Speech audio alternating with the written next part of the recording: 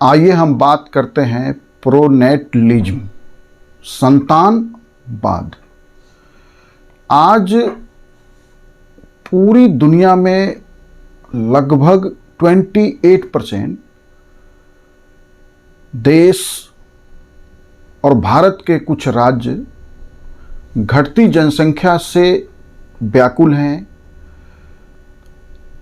America से लेके European union के ज़्यादातर देश, कोरिया में specially south Korea, Canada, Japan, ये सभी देश घटती आबादी के कारण परेशान हैं। इस घटती आबादी के समाधान के लिए लगातार कोशिश कर रहे हैं। वैसे ही भारत में आंध्र प्रदेश के मुख्यमंत्री चंद्रबाबू नायडू लगातार अलग अलग मंचों पे अधिक बच्चा पैदा करने की बात कर रहे हैं। अभी हाल ही में तमिलनाडु के सीएम ने लोगों से ज़्यादा बच्चे पैदा करने की अपील की है। और भारत में जहां उत्तर प्रदेश, बिहार, बंगाल और कुछ राज्यों में जनसंख्या वृद्धि पे अब भी नियंत्रण नहीं है, वहीं भारत के कुछ राज्य जनसंख्या बढ़ाने, अधिक बच्चा पैदा करने की अपील कर रहे हैं। तो भारत में इसको लेके एक नई राजनीति शुरू हुई है। प्रोनेटलिज्म, संतानवाद, आज ऐसी स्थिति में भारत के कुछ राज्य और दुनिया के 28% देश क्यों पहुंचे कि आज भारत के राज्यों को और दुनिया के इन देशों को लग रहा है कि उनके लोगों की आबादी कम हो रही है और इससे दूसरे लोगों का दबदबा बन जाएगा। दूसरे लोगों से मतलब बाहरी लोगों का। स्थानीयवाद घटती जनसंख्या के समस्या को जो है और बढ़ा रहा है। देखिए कि हम यदि भारत के संदर्भ में हम बात करें तो हमने आज़ादी के साथ ही जनसंख्या घटाने के लिए हर संभव सरकार ने, केंद्र सरकार ने, राज्यों की सरकारों ने प्रयास शुरू किए। परिवार नियोजन, फैमिली प्लानिंग को लेके लंबे चौड़े कार्यक्रम बनाए गए, लेकिन रिजल्ट सकारात्मक नहीं आया।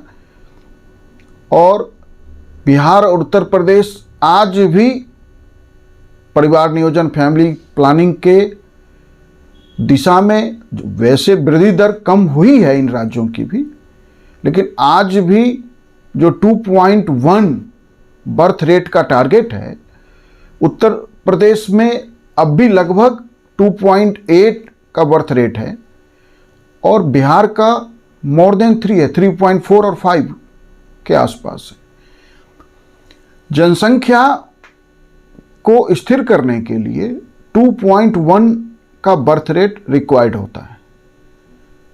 और दक्षिण भारत में लगभग सभी दक्षिण भारत के राज्यों की, या भारत के दक्षिण भारत ही नहीं, भारत के और भी राज्य हैं जहां आज बर्थ रेट बिलो 2 चला गया है। केरला की स्थिति और खराब है। केरला आप कह सकते हैं कि यूरोप के ज़्यादातर देशों की तरह जनसंख्या कम हो रहे हैं। तो सवाल यह है कि सरकार के लाख प्रयास के बाद, जैसे हम चाइना की ही बात करें, चाइना की सरकार ने, क्योंकि वहाँ single party rule, communist government ने जो चाहा लोगों के ऊपर दबाव बना के, सख्ती करके जनसंख्या पे नियंत्रण कर लिया। लेकिन दुनिया में ज्यादातर देशों की जनसंख्या सरकारी प्रयास के बिना ही कम हो गए। भारत में सरकारी प्रयास के कारण यदि जनसंख्या कम होता तो अक्रॉस द इंडिया होना चाहिए था। तो जनसंख्या कम होने का जो कारण है और जिसके कारण आज दुनिया के देश और भारत में तमिलनाडु के मुख्यमंत्री यदि लोगों से अपील कर रहे हैं कि और बच्चे पैदा करो। चंद्रबाबू नायडू ये बात कर रहे हैं। तो यहां तक समाज क्यों पहुंचा? सवाल है कि ऐसा क्या परिवर्तन हुआ सामाजिक जीवन में, सामाजिक परिवेश में, कि दुनिया की जनसंख्या ही नहीं, हमारे देश के भी ज़्यादातर राज्यों की जनसंख्या कम हो गई और आज उन्हें जनसंख्या बढ़ाने की अपील करनी पड़ रही है। तो देखिए, उसका जो सबसे बड़ा कारण है कि औद्योगिक क्रांति के बाद जिस व्यक्तिवाद, इंडिविजुअलिज्म को, कंज्यूमरिज्म को, उपभोक्तावाद को बढ़ावा दिया गया और व्यक्ति के जीवन में इंडिविजुअलिज्म, व्यक्तिवाद इतना प्रभावी हुआ, या लोगों का जीवन, व्यक्तिवाद का अर्थ क्या है कि मेरे लिए मेरा जीवन, बेहतर जीवन, मेरी स्वतंत्रता, मेरी आर्थिक तरक्की जो है वो सबसे पहले है। तो इस व्यक्तिवाद ने, इस इंडिविजुअलिज्म ने जो है लोगों को विवाह देर से करने या विवाह न करने के लिए प्रेरित किया। और इस व्यक्तिवाद ने उपभोक्तावाद को इतना प्रमोट किया कि आज उपभोक्तावाद के कारण आम आदमी का जीवन में आर्थिक पक्ष इतना प्रभावी हो गया है कि उपभोगवाद आधारित जीवन के लिए जो है अधिक पैसे की जरूरत पड़ती है, क्योंकि हम बेहतर से बेहतर जीवन, अच्छा से अच्छा खाना क्या है वो एक अलग विषय है, लेकिन बाजार ने जो अच्छा खाना बताया, बर्गर पिज्जा से लेके वो सारी चीज़ें जो बाजार पैक्ड फूड के रूप में, पैक्ड सेमी पैक्ड फूड के रूप में बेच रहा है, उसका सेवन जो है बेहतर जीवन की निशानी बन गई। इससे जो उपभोक्तावाद आया, इस उपभोक्तावाद का आर्थिक पक्ष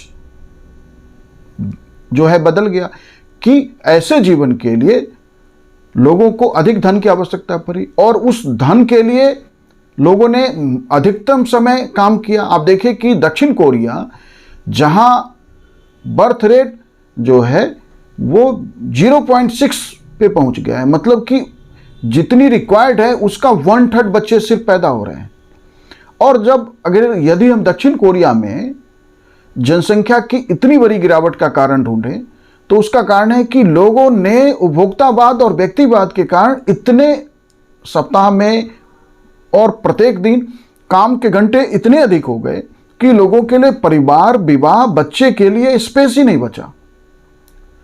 तो इस व्यक्तिवाद ने, इस उपभोक्तावाद ने जिस आबादी का कारवां सरकारी प्रयास से, परिवार नियोजन के विस्तृत लंबे चौड़े कार्यक्रम से नियंत्रण में नहीं आया, वह व्यक्तिवाद और उपभोक्तावाद ने उसका ढलान लेके आ गया। उसमें शिक्षा का स्तर भी, कि जब तक धर्म का प्रभावी रहा हस्तक्षेप हमारे जीवन में, या धर्म का प्रभाव व्यक्ति पे जब तक अधिक रहा, तो व्यक्ति यह सोचता था कि ईश्वर की व्यवस्था में, ईश्वर के जीवन में, ईश्वर के आदेशों के तहत विवाह करना और बच्चे पैदा करना और उस बच्चे का लालन पालन जो है धार्मिक था।